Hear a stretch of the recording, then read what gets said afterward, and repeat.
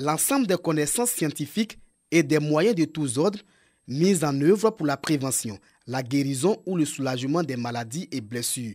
Définition de la médecine. Quant à la littérature, elle se définit comme l'ensemble des œuvres écrites auxquelles on reconnaît une finalité esthétique. Par cette définition, ces deux disciplines sont diamétralement opposées. Pourtant, selon les enseignants et les chercheurs de ces deux sciences, il existe un lien. D'où un colloque international sur la médecine et la littérature à l'université Alassane Ouattara. La littérature guérit, c'est que vous écrivez pour vous guérir, vous écrivez pour guérir aussi ceux qui vont lire. La médecine elle est littéraire, que ce soit le langage utilisé, la médecine, que ce soit la terminologie.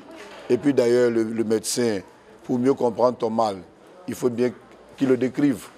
Pour les poètes, les poèmes par leur musicalité et rimes arrivent à soulager mentalement et socialement une personne. La médecine est une poésie, au sens où elle fait rêver, dans le sens d'un recouvrement de la santé. La poésie est une lexicologie qui fait rêver. Donc je vais vous surprendre en disant que la poésie est une littérature médicale et que la médecine aussi est une poésie. Les conclusions des travaux de Bouaké constitueront une base pour approfondir les réflexions sur les liens entre la médecine et la littérature. L'ensemble des communications qui auront été présentées fassent l'objet d'une publication afin que toutes les conclusions puissent être diffusées et mises à la disposition de la communauté scientifique, être partagées ensemble. 2 jours durant, des experts venus de plusieurs universités africaines et européennes ont planché sur la question.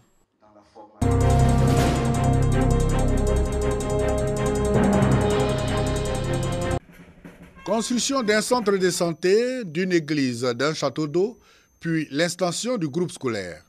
Nous sommes à Zézénou, dans le département d'Abangourou. Des réalisations à l'actif de la mutuelle de développement de la localité.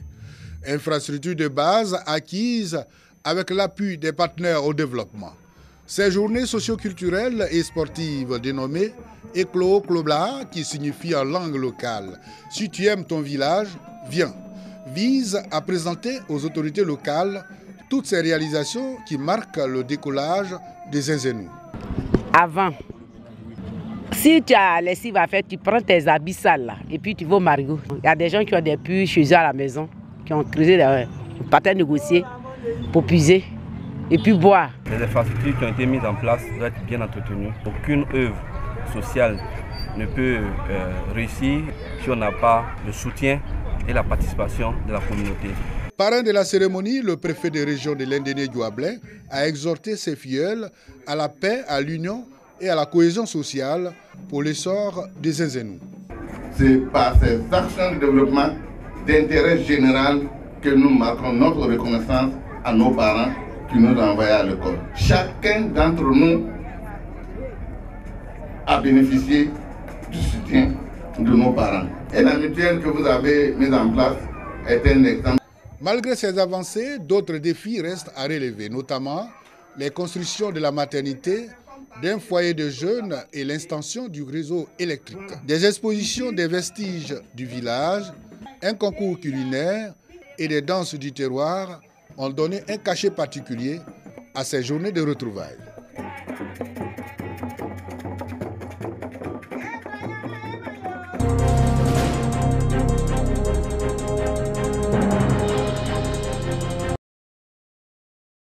Ils étaient livrés à eux-mêmes, exposés au danger en l'absence de leurs parents, occupés par les travaux champêtres et autres activités. Aujourd'hui, ces enfants du village d'Aboudé-Kwassikro dans le département d'Agboville bénéficient d'un espace propice pour leur épanouissement. C'est un centre d'accueil baptisé la Maison de l'Enfant. Bâtie sur une superficie de 600 mètres carrés, la Maison de l'Enfant est une initiative de l'organisation non gouvernementale MAMER. Elle comble le manque d'infrastructures pour la protection et la prise en charge socio-éducative des petits dont l'âge est compris entre 6 mois et 5 ans. L'enfant aujourd'hui n'est pas pris en charge comme il le faut. Et nous savons que l'enfant a des droits et que nous, en tant qu'adultes, nous avons aussi des devoirs envers ces enfants. Donc nous devons alors prendre en compte les droits de ces enfants, d'où un cadre approprié, donc la maison de l'enfant, qui prend les enfants en charge à partir de 6 mois. Aujourd'hui, la garderie est là, ça nous soulage pour l'éducation des enfants, la formation, savoir facturer un plus au développement du village. À peine ouvert, le centre enregistre 70 pensionnaires, tous enfants du village d'Aboudé-Kwassikro. Ils disposent de tout pour leur épanouissement harmonieux. Jeux, activités d'éveil, apprentissage de la langue française, repas.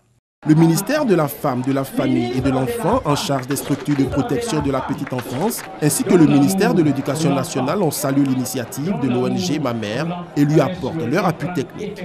Occasion pour le sous-préfet d'Aboudé d'appeler les cadres du village à l'union afin de préserver ce centre. L'ONG a fait sa part, les partenaires ont fait leur part. Maintenant, il faut s'approprier ce projet pour que ce projet puisse être pérenne.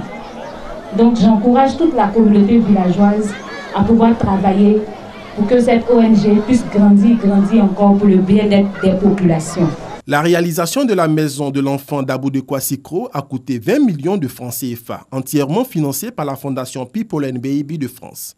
Sa fourniture en électricité a été financée à hauteur de 8 millions par une autre fondation dénommée Moro.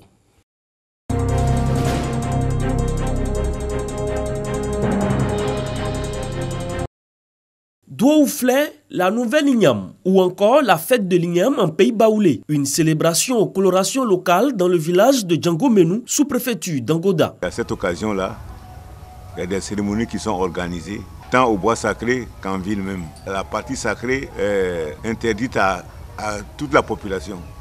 Seuls les initiés peuvent aller pour participer. Nous sommes dans le département de Toumoudi, au centre de la Côte d'Ivoire. La fête de l'Ignam à Django-Menou, une rencontre annuelle qui rassemble les fils et filles de cette localité. Cette année, ces retrouvailles ont permis aux ressortissants du village de réfléchir sur des projets à réaliser afin d'amorcer le développement. Initiée par la chefferie du village, cette rencontre a été l'occasion pour la mutuelle de développement, la M2D, d'inviter les cadres à s'impliquer dans le développement du village. La fête des Ignam à Django-Menou, l'essentiel des cérémonies traditionnelles se passe en forêt sacrée. Et c'est pour cette raison que la mutuelle de développement s'en est saisie pour en faire une célébration populaire à laquelle peuvent participer l'ensemble de la population. Mais au-delà de la fête, c'est une occasion pour nous de faire découvrir notre village à nos invités et de leur présenter nos besoins de développement afin d'obtenir leur appui pour la satisfaction de ces besoins. Le Douaouflé de Django-Menou, plus qu'une rencontre festive, se veut une identité culturelle à perpétuer.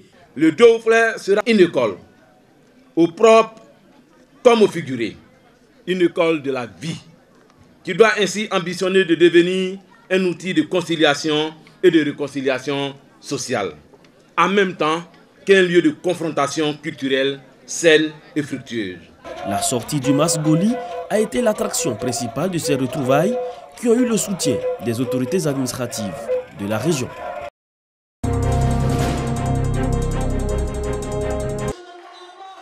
Boisflé, théâtre de la finale de Radio Vacances 2018, était en compétition pour le concours crack d'Aoukro, Adiaké et Boisflé. Woyo, Gagnoa, Boisflé et Acheguakro. Pour le reporter sportif amateur Bundiali, Boisflé et Gagnoa. Le maire de Boisflé s'est réjoui du choix de sa commune pour abriter ce concours intercommunal.